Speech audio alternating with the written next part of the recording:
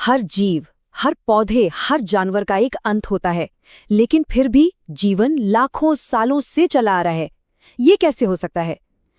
इसका जवाब एक बहुत ही पावरफुल बायोलॉजिकल प्रोसेस में छुपा है, जिसे हम कहते हैं जनन या रिप्रोडक्शन। आज हम जीवन की इसी शानदार स्ट्रैटेजी को समझने वाले हैं, जो उसे बार बार मौत को मात देने की ताकत देती है। तो चलिए सबसे पहले बात करते हैं समय की। हर जीव के अंदर ना एक बायोलॉजिकल घड़ी टिक टिक कर रही होती है, एक पहले से तय लाइफ स्पैन। और जैसा कि हम देखेंगे, ये घड़ियां कमाल की अलग अलग स्पीड से चलती हैं। सोचिए जरा, ये बात कितनी हैरान करने वाली है। एक कौवा और एक तोता, साइज में लगभग एक जैसे, लेकिन एक जीता है सिर्फ 15 साल और दूसरा पूरे 140 साल। मतलब उनकी उम्र में जमीन आसमान का फर्क है।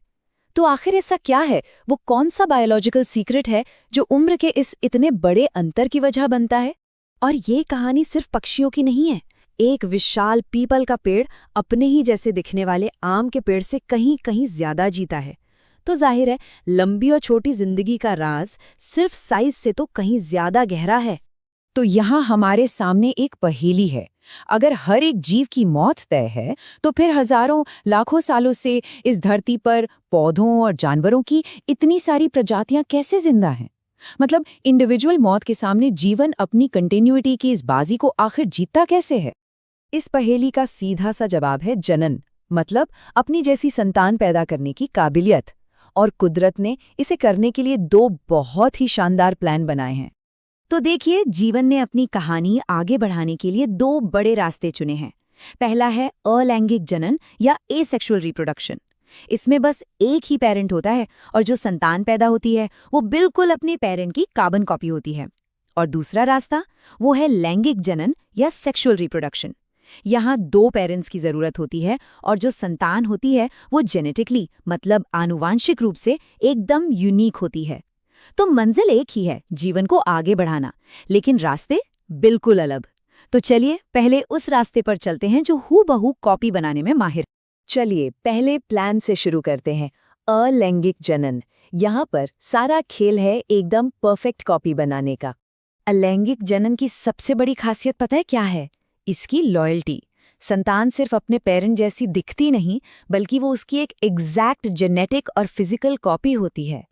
इन्हीं बायोलॉजिकल डुप्लीकेट्स को हम क्लोन कहते हैं। चलिए देखते हैं कि माइक्रोस्कोपिक दुनिया में ये कैसे काम करता है। अमीबा जैसा सिंगल सेल वाला जीव बस बीच में से दो हिस्सों में टूट जाता है, इसे कहते हैं बाइनरी फिशन। वहीं दूसरी ओर यीस्ट बडिंग का इस्तेमाल करता है, जहां एक छोटी सी कली निकलती है और फिर अलग हो जाती है। तरीके दो अलग हैं पर नतीजा एक ही है, एक परफेक्ट कॉपी। लेकिन पौधों ने तो इस स्ट्रैटेजी को एक अलग ही लेवल पे पहुंचा दिया है।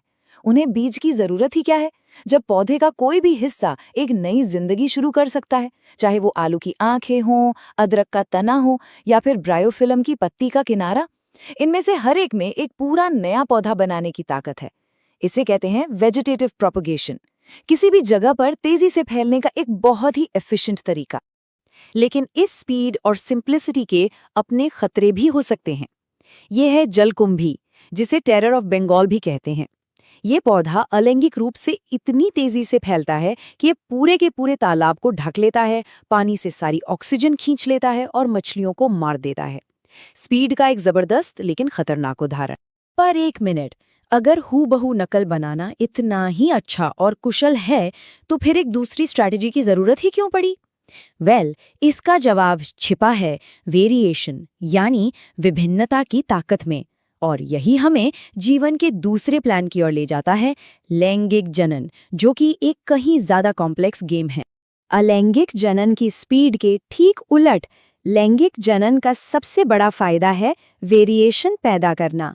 जब संतान अपने माता पिता से थोड़ी अलग होती है, तो पूरी प्रजाति को बदलते हुए माहौल के हिसाब से ढलने में मदद मिलती है, जिससे उसके जिंदा रहने के चांस बढ़ जाते हैं।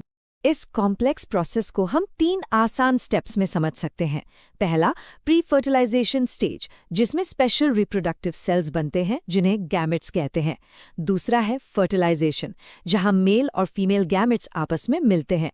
और तीसरा है पोस्ट फर्टिलाइजेशन स्टेज, जहां एक नई जिंदगी का डेवलपमेंट शुरू होता है। तो ये गैमेट्स क्या बला हैं? अच्छा, इन्हें एक जेनेटिक रेसिपी का आधा हिस्सा समझिए। हर गैमेट, चाहे वो मेल स्पर्म हो या फीमेल एग, एक नया जीव बनाने के लिए जरूरी जेनेटिक जानकारी का सिर्फ और सिर्फ आधा हिस्सा लेकर चलता है। इसीलिए साइंटिस्ट इन्हें हैप्लॉइड कहते हैं। देखिए, प्रकृति का मैथ्स ना बड़ा सीधा और सटीक है। पेरेंट की बॉडी के जो सेल्स होते हैं वो होते हैं डिप्लॉइड, मतलब उनमें जेनेटिक इन्फॉर्मेशन का पूरा सेट होता है। लेकिन रिप्रोडक्शन के लिए ये स्पेशल हैप्लॉइड गैमेट्स बनाते हैं जिनमें जेनेटिक इन्फॉर्मेशन ठीक आधी होती है। अब सवाल उठता है कि आधी क्यों? अरे ताकि जब दो आधे आधे हिस्से मिलें तो जो नई जिंदगी बने उसके पास इन्फॉर्मेशन का एक पूरा और सही सेट हो, ना एक कम ना एक ज्यादा, एकदम परफेक्ट। तो ठीक है, गैमेट्स मिल गए, उसके बाद क्या होता है? एक नई जिंदगी बनती कैसे है? फर्टिलाइजेशन का नतीजा होता है जाइगोट। ये उस नए जीव की सबसे पहली सेल है जिसमें अब क्रोमोसोम्स का पूरा सेट मौजूद है। हम में से हर किसी ने और हर उस जीव ने जो सेक्सुअली रिप्रोड्यूस करता है, अपने जिंदगी की शुरुआत इसी एक सिंगल सेल के तौर पर की थी। जाइगोट के बाद एम्ब्रियो यानी भ्रूण बनता है और इसके डेवलपमेंट की दो मेन स्ट्रैटेजी हैं। ओवीपेरिस जीव, जैसे कि पक्षी और रेप्टाइल्स, अंडे देते हैं जो शरीर के बाहर डेवलप होते हैं, जबकि विविपेरिस जीव, जैसे कि हम इंसान, एम्ब्रियो को मां के शरीर के अंदर ही डेवलप करते हैं। जाहिर है, शरीर के अंदर देखभाल और सुरक्षा मिलने से विविपेरिस जीवों के बच्चों के जिंदा रहने के चांस बहुत बढ़ जाते हैं। अच्छा, और पौधों में क्या होता है?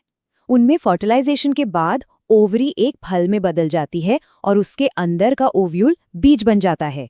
ये फल उस बीज की हिफाजत करता है जिसके अंदर अगली पीढ़ी का नन्हा सा एम्ब्रियो छिपा होता है।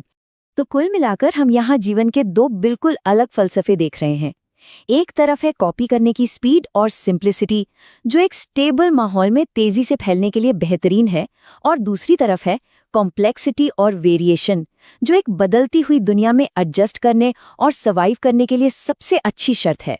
तो सवाल ये है कि भविष्य के लिए कौन सी स्ट्रैटेजीज ज्यादा जरूरी साबित होगी? हूबहू कॉपी बनाने की काबिलियत, या फिर हर पीढ़ी में कुछ नया और अनोखा बनाने की कला? ये एक ऐसा सवाल है जिसका जवाब जीवन खुद हर पल हमारे चारों ओर लिख रहा है। कैसा लगा वीडियो? एनिमेशन सही था? इससे आपको समझ में आया? कितना समझ में आया और कितना नहीं आया, ये सारे बताइए। और इसका रहा बात इसका क्वेश्चन प्रैक्टिस का, तो हम ऑब्जेक्टिव क्वेश्चन प्रैक्टिस जल्द ही ला रहे हैं। उसमें हम खुद कराएंगे। इसमें एनिमेशन उतना नहीं रहेगा, बस एनिमेशन प्रॉम्प्ट विजुअल रहेगा, ठीक है? वो भी एनिमेटेड ही रहेगा। तो कमेंट बॉक्स में बताइए कि कैसा लगा। और टेंशन मत लीजिए, लगभग 10-15 दिन के अंदर आपका पूरा सिलेबस हम कंप्लीट करा देंगे।